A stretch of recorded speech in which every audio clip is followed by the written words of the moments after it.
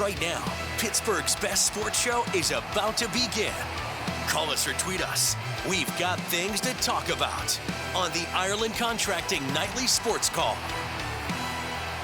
All right, thanks a lot, Royce, and thank you for tuning into the Ireland Contracting Nightly Sports Call. I'm Rich Walsh, solo here tonight, so give me a call. 412-575-2600 is the number on this Friday night right here on Pittsburgh CW. Also listening live on 93.7 The Fan. We're talking about the Steelers, potentially the Penguins' demise right now. But the Steelers are the hot topic. You know, I've been over there a lot this year, over there a lot during the bye week, and it just doesn't feel right. It's not the same team that it normally is.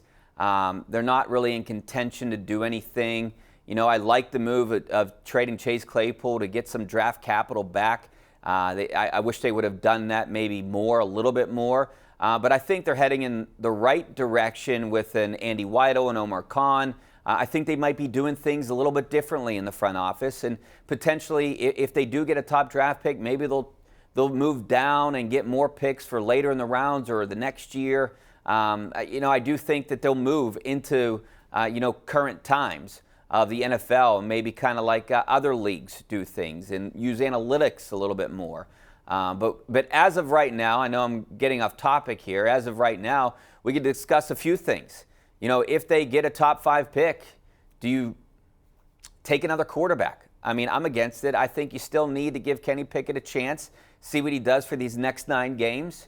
You know, I guess it's a moot point if they're not in the top 5 that you don't even consider a quarterback. I wouldn't consider a quarterback no matter where. They need offensive line, defensive line, cornerback. And, you know, if Kenny Pickett isn't the guy next year, then maybe you look ahead to potentially trying to replace him. But, you know, I understand, you know, look, he has 8 interceptions. He's one off the lead right now. He's trying to do too much, I think. But the problem for the Steelers is they can't run the ball. And then you look back at maybe the initial problem is offensive coordinator or play calling. And that's not going the right way. Matchups aren't helping the Steelers. Some of these receivers aren't getting open, and when they do get open, they're dropping balls. Things could have went a different way if Deontay Johnson doesn't drop a couple and Chase Claypool doesn't drop a couple. I'm not saying it would be a big difference. Maybe they have 3 wins instead of 2, and it looks a little bit better. I don't know. I mean, they could have won that Jets game. They could have had 3 wins. They should have ran away with the Cincy game, considering they had how many turnovers? 5 in that game. They win maybe more games with T.J. Watt, but I think it's a downward spiral right now with this team. And even getting T.J. Watt back, they have 9 games. I just don't see a winning record in the second half. And I hate to be a pessimist here. I don't see them going 5-4 in the second half. And, you know, and I know Pony and I talked about it yesterday. He put a poll out on Twitter. Would you rather see the Steelers win the division and go to the playoffs or get a top 5 pick or top 3 pick? It's a great question. I think where this team is right now, even if for some reason and somehow that they would win the division, I don't know how far they would go into the playoffs.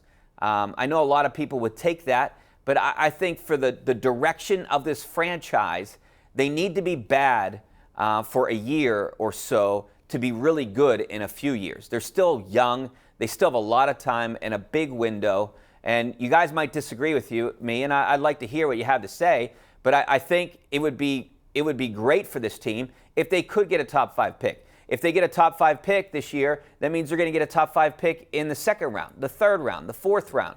And they're also going to get the Bears, whatever pick that they have. So you got to root against the Bears too, because they get their 2nd round pick. And they could get a lot of young talent to surround Kenny Pickett, to add to Najee Harris. You might not think he's the guy, but, I mean, he's still young too.